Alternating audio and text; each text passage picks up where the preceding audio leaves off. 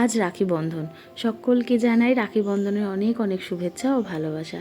আগের দিন সন্ধেবেলা বেরিয়েছিলাম রাখি কেনার জন্য। আমি 3টে রাখি কিনেছি আমার ভাইদের জন্য। তারপর গিয়েছিলাম মিষ্টি কিনতে। মিষ্টির দোকানে তো প্রচণ্ড ভিড় ছিল। আজ আরও একটা ভালো দিন, সেটা হচ্ছে আজ অর্ণবের জন্মদিন।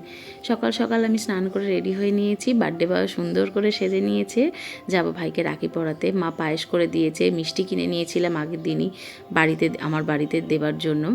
তারপর এসেছি ফুলের দোকানে। আজ ওর জন্মদিন উপলক্ষে আজ ঠাকুরের কাছে সবার আগে পুজো দেবো ওর নামে। একটু মিষ্টি নিয়ে নিলাম, তারপর চলে এসেছি মায়ের মন্দিরে পুজো দিতে। আজ যেহেতু শ্রাবণ মাসের শনিবার, তাই মন্দিরে সকাল থেকেই বেশ ভালো ভিড় হয়েছিল। পুজো টুজো দিয়ে এবার এসেছি মিয়া মোড়ে। ভাইয়ের জন্য কিছু টুকটাক নিয়ে নেবো। এখন তো মিষ্টি খেতে যায় না বেশি ওরা, তাই একটু প্যাটিস, স্যান্ডউইচ এইসব আরও কয়েকটা ধরনের জিনিস নিয়ে নিয়েছি। চলে এসেছি বাড়িতে। এখানে 2টো প্লেট সাজিয়েছি, একটা আমার ভাইয়ের আর একটা অর্ণবের। অর্ণবকে আমার বোন মানে আমার কাকার মেয়ে রাখি পরায়, তাই ওর জন্য সাজিয়েছি। এই যে এখন আমি আমার ভাইকে রাখি পরিয়ে দিচ্ছি। আমার পিসির ছেলেকেও রাখি পরাই, কিন্তু ও আজকে সকালে এখন আসার সময় হয়নি, বোন বিকালে যাবে। ওই আমার রাখিটা গিয়ে দিয়ে আসবে। আর একটা রাখি আমার কাকিমার বোনের ছেলের জন্য, সেটাও আমার বোনই পরিয়ে দেবে। এই যে রাখি পরানো হয়ে গেছে।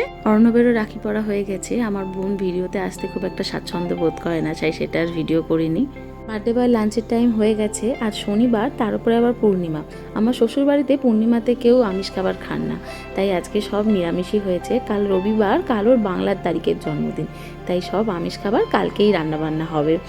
মা ওকে পায়েস খাইয়ে দিচ্ছে। তোমরা সবাই ওকে আশীর্বাদ করো, ও যেন খুব ভালো থাকে, সুস্থ থাকে। কাল আবার তোমাদের সঙ্গে দেখা হবে ওর জন্মদিনের পার্ট 2 নিয়ে। এখন দুজনে লাঞ্চটা করে নিই। আজকের মতো টাটা।